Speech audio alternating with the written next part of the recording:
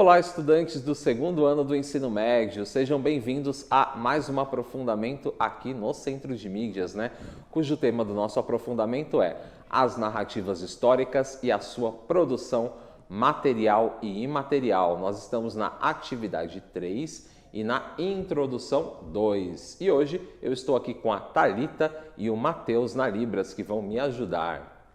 Bem, para a gente entrar no tema da nossa aula de hoje, primeiro a gente vai rever aí os conceitos que a gente aprendeu na nossa introdução 1, onde a gente falou a respeito aí da preservação do patrimônio material através aí dos museus, tá? Então a gente vai rever esses conceitos e depois a gente vai avançar um pouquinho, tudo bem?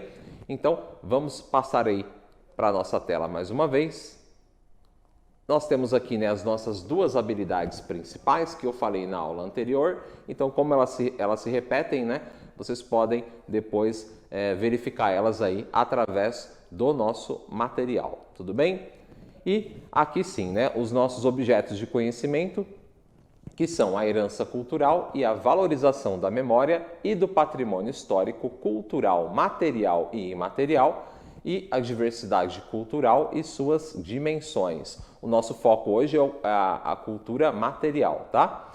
E lá embaixo, a nossa estratégia, que é a sala de aula invertida e a produção de uma notícia, tá? Que aparece nas nossas orientações da atividade 3, tá? E quais são os nossos objetivos da aula de hoje? Vamos dar uma olhadinha aí na nossa tela, que são: na aula de hoje, nós vamos rever os conceitos sobre museologia, então a gente vai rever os conceitos da aula anterior e, após isso, nós vamos aprender sobre a estrutura administrativa dos museus. E, após isso, nós vamos rever as orientações da atividade 3. Então, na aula anterior, a gente viu que uma das formas mais importantes, da gente conseguir preservar a cultura material está aí relacionado aos museus, tá? Porque os museus são extremamente importantes tanto para educar a população, para mostrar a história de um povo,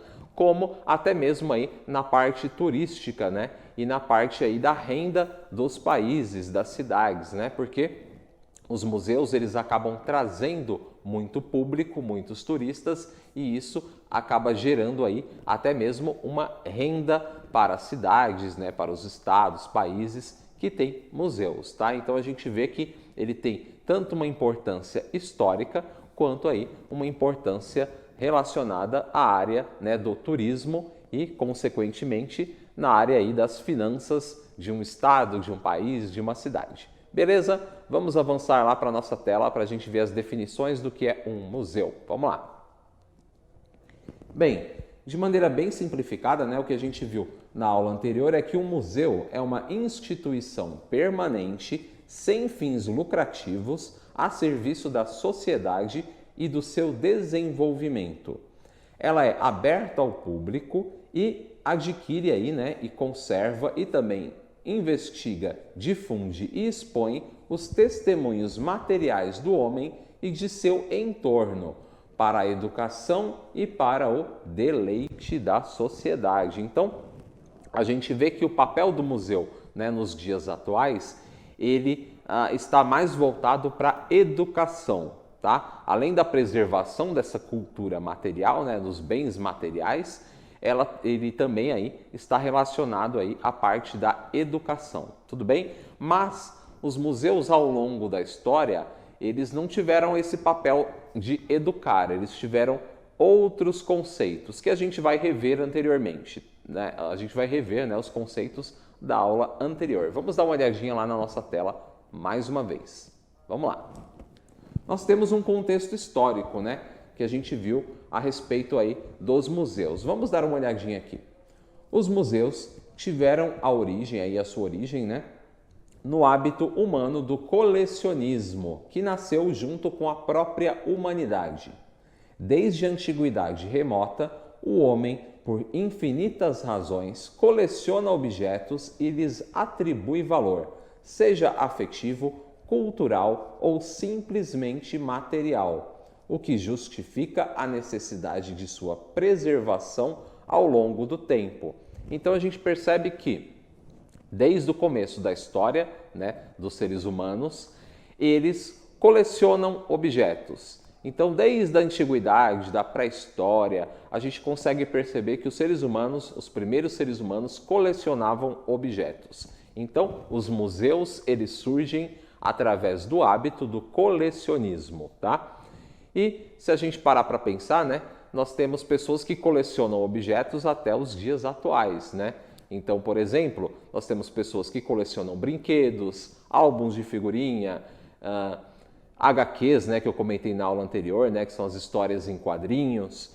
Nós temos pessoas que gostam, né, de colecionar objetos antigos. Enfim, nós temos uma diversa gama aí, né, de objetos da cultura material que são colecionados pelas pessoas. E os objetos históricos, né, de valor histórico para a sociedade, eles vão aí para os museus. Então, vamos avançar um pouquinho aí na nossa tela. Vamos lá. Bem, então, há milhares de anos já se faziam registros sobre instituições semelhantes aos museus modernos, tá? Então, desde a antiguidade, nós temos algumas instituições que pareciam museus, mas somente no século XVII é que se consolidou aí mais ou menos os museus do jeito que a gente conhece, tá? Então, depois de outras mudanças e aperfeiçoamentos, hoje os museus que já abarcam um vasto espectro de campos de interesse se dirigem para uma crescente profissionalização e qualificação de suas atividades e se caracterizam pela multiplicidade de tarefas e capacidades que lhes atribuem, né, os museólogos e pensadores. E pode voltar para mim, se a gente parar para pensar, né, os museus hoje eles têm diversos profissionais que trabalham em áreas específicas. É isso que o texto está falando para a gente, tá? É que quando a gente visita um museu, a gente só vai para a área de exposição, né? A gente vê lá, né, a cultura material e a gente não para refletir que para essa cultura material estar exposta, né, para a gente, nós temos vários profissionais que trabalham juntos, né, para preservar esses itens. E a gente vai ver todas essas áreas na aula de hoje. Vamos avançar mais um pouquinho lá na nossa tela. A gente falou que na antiguidade, né, nós tínhamos a Biblioteca de Alexandria e ela vai ser uma espécie aí de museu, né, que a gente pode classificar aí um museu da antiguidade, né? Então a Biblioteca de Alexandria foi uma das mais significativas e célebres bibliotecas e um dos maiores centros de produção de conhecimento da antiguidade. Estabelecida durante o século III a.C., no complexo palaciano da cidade de Alexandria, no reino ptolomaico do Antigo Egito, a biblioteca fazia parte de uma instituição de pesquisa chamada Museum. Olha só que interessante. A gente tem a Biblioteca de Alexandria, né, que ficava na cidade de Alexandria, que é em homenagem ao Alexandre Magno, também conhecido como Alexandre o Grande, que era o rei da Macedônia e que conquistou diversos territórios, né? Tanto, né, o pai dele que conquistou a Grécia, mas depois ele conquistou parte do Egito, parte da Ásia, África, enfim. Alexandre o Grande foi um dos maiores conquistadores de território aí, que a gente tem conhecimento. E ele tem uma característica bem interessante, que ele gostava de difundir a cultura grega por outros países. E ele também gostava de aprender a cultura de outros povos.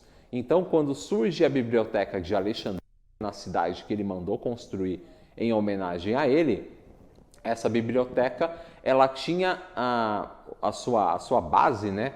A sua base de pesquisa, né?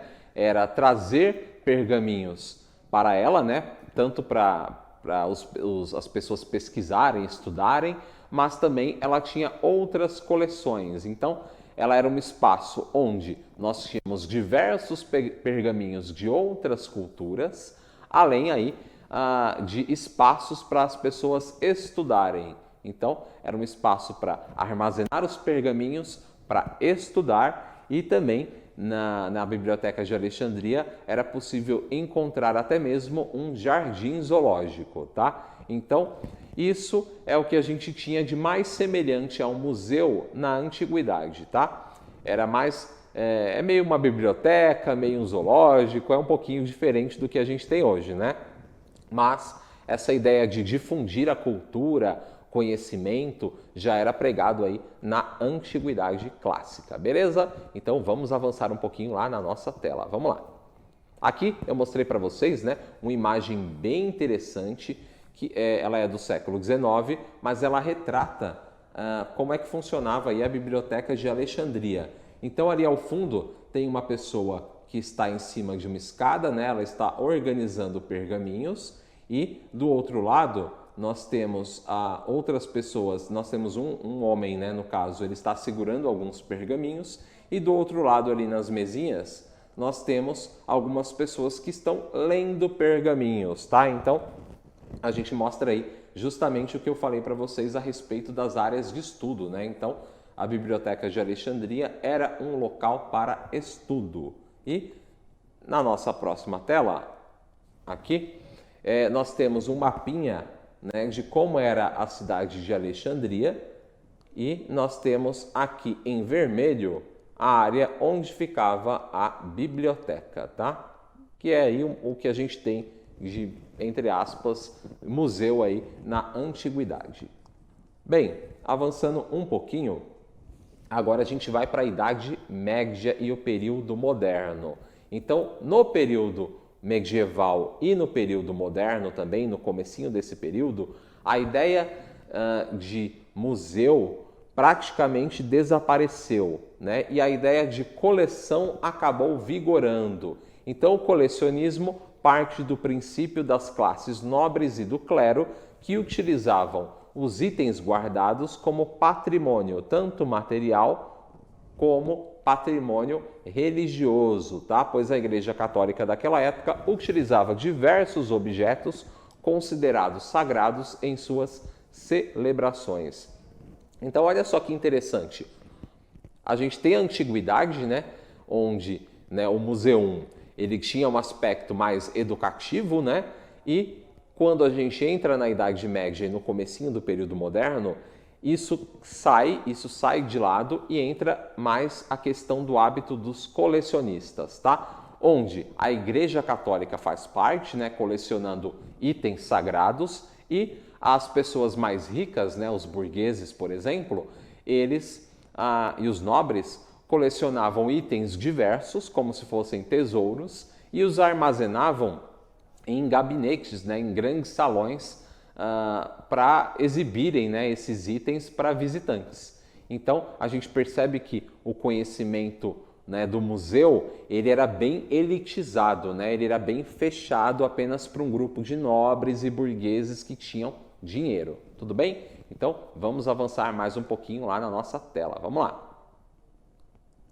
Aqui eu mostrei para vocês, né, uma imagem bem interessante, né, de um gabinete de curiosidades, né, que é um salão onde as pessoas colecionavam itens diversos, tá? A gente não tinha, hoje em dia, por exemplo, nos museus, aquela separação por itens históricos, aí era bem bagunçado, tá? Então, na parte de cima vocês conseguem ver vários fósseis, nas laterais nós temos outros objetos também, e nesses gabinetes de curiosidades as pessoas mais nobres guardavam esses itens e exibiam para outros nobres, tá? Então é um conhecimento bem elitizado.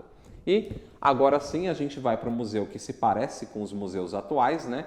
Que é aí o Museu de Ashmolean, que foi criado pela Universidade de Oxford, tá? Em 1683, tá? E se vocês perceberem nessa imagem, ele se parece muito com um templo grego, né? Por quê? Porque esse era o objetivo, era você voltar os conhecimentos do passado. Caiu a Idade Média, entra o período moderno e agora os museus, né, eles voltariam com aspectos da antiguidade, tá? Mas agora a gente avança porque no período contemporâneo tanto a estrutura física dos museus quanto a sua base de pesquisas ela muda, tá? Então a gente percebe ali o Museu do Louvre que não parece em nada aí com o templo grego, né? Então a arquitetura dos museus mudou bastante. E no período contemporâneo, os museus têm o seu papel ressignificado, ele muda de papel, trazendo atitudes mais ativas, educativas e reflexivas. Os museus passam a representar diversas áreas da sociedade e, além de trazerem aí cultura e conhecimento, também gerarem receitas através do turismo. Nos dias atuais, os museus são sustentados pelo poder público e por meio de doações. Bem, e como é que funciona a estrutura e organização de um museu? Quando eu visito um museu, eu vou para a área de exposição, mas ele é dividido em várias áreas que a gente nem faz ideia. Então, vamos aí para essas áreas. Bem, nós temos primeiro aqui a administração geral, depois nós temos o acervo, depois nós temos a área de segurança e depois nós temos a área de exposição, que é a área onde os visitantes, né, eles entram para conhecer os itens do museu. Bem, vamos lá para a nossa administração geral. O museu se divide em diversas áreas que são administradas por profissionais qualificados em diversas formações específicas.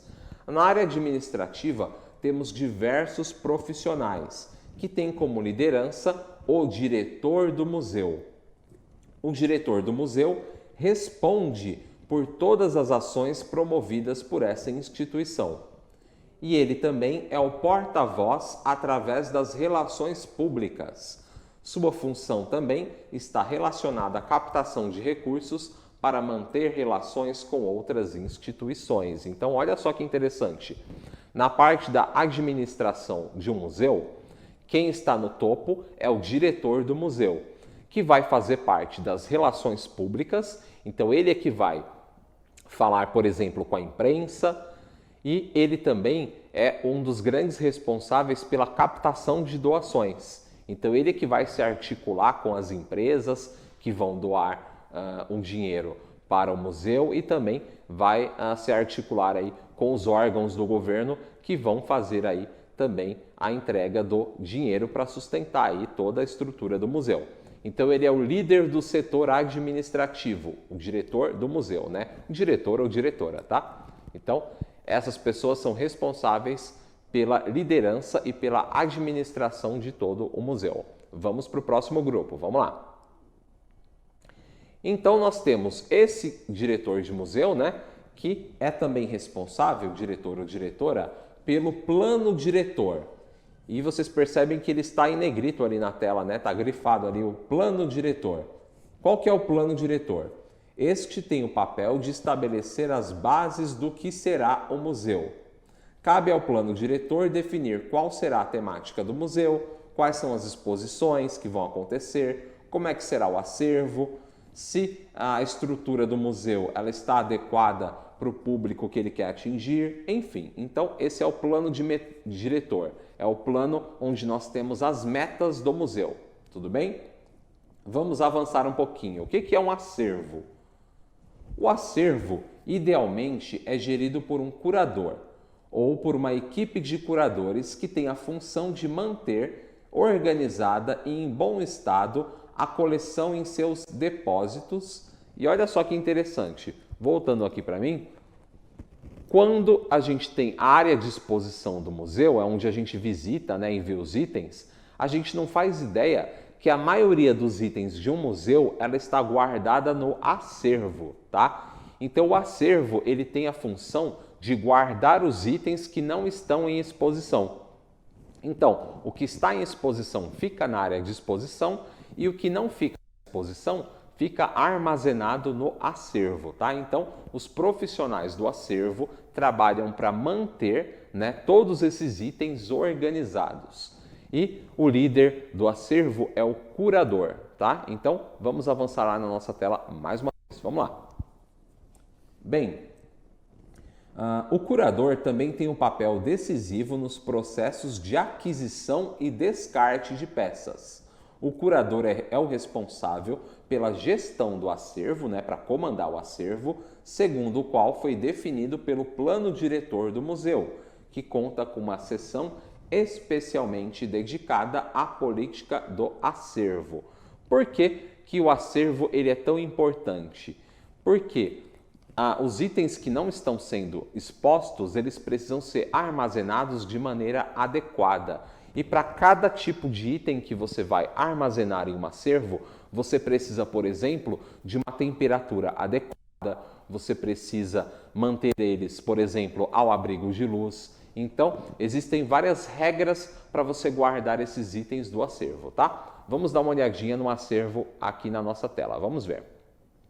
Observem que nós temos um profissional da área de acervo aqui na imagem e ele está catalogando alguns objetos, né? Que no caso são esses pássaros empalhados.